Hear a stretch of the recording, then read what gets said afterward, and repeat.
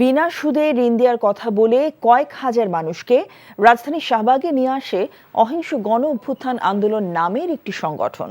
সন্দেহজনক হওয়ায় মূল পরিকল্পনাকারী সহ কয়েকজনকে আটক করে আইনশৃঙ্খলা বাহিনী। নিজ এলাকায় ফেরত পাঠায় অন্যদের। পুলিশ বলছে, প্রতারণা না অন্য কোনো উদ্দেশ্যে তাদের ঢাকায় আনা হয়েছে তা খতিয়ে দেখা হচ্ছে। নূর হোসেনের রিপোর্ট।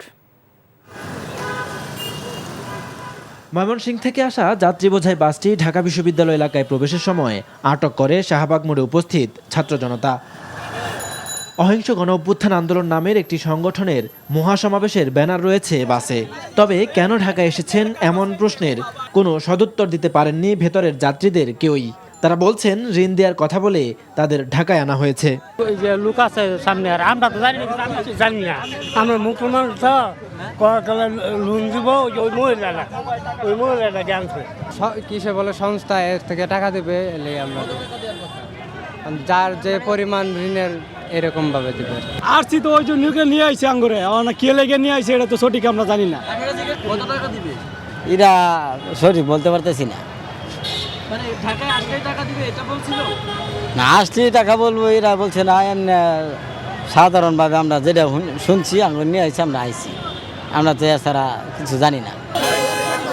শাহবাগের প্রত্যক্ষদর্শীরা বলছেন, সোমবার ভোররাত থেকে বেশ কয়েকটি বাসে এভাবে কয়েক হাজার মানুষকে ঢাকায় আনা হয়েছে।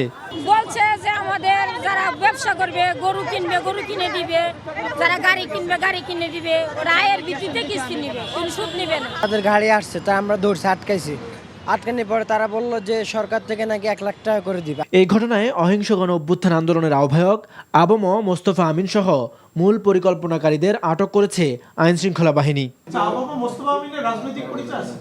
এখন পর্যন্ত আমরা এই সংগঠন ছাড়া অন্য কোনো সংগঠনের পরিচয় এখনো নিশ্চিত হতে পারিনি। এই জন্য বললাম যে যাচাই বাছাই কিন্তু চলছে, যে ওনার আসলে উদ্দেশ্যটা কি, ওনার ব্যাকগ্রাউন্ড কি, উনি এটা দিয়ে কি করতে চাচ্ছিলেন।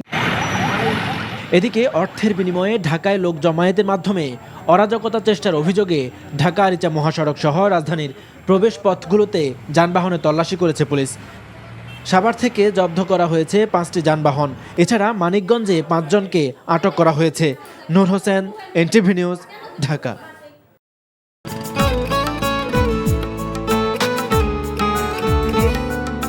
আপনার নামটা? নীলা। রাহুল। ওকে, এই মেয়েটারে তোর ভাবি সবাই কেমন লাগবে? আপনাকে না বলছে আমাকে ফলো না করতে? ফলো কেন করতেছিলেন? আপনাকে দেখতে ইচ্ছে করে আমার, আপনার সাথে কথা বলতে ইচ্ছে করে। আমি কি করবো ঠিক বুঝতে পারছি না। ওরে বাবা, ওই মেয়ে, অথচ তারে তুমি চিনো না? হ্যাঁ, কি মায়ায় তাকাও তুমি, একটু দেখো চোখের খেয়াল, তোমায় দেখার তৃষ্ণা ভীষণ। ভালোবাসায় বুঝি দেনা পাওনা থাকে? অবশ্যই থাকে, ভালোবাসা সবকিছু থাকে।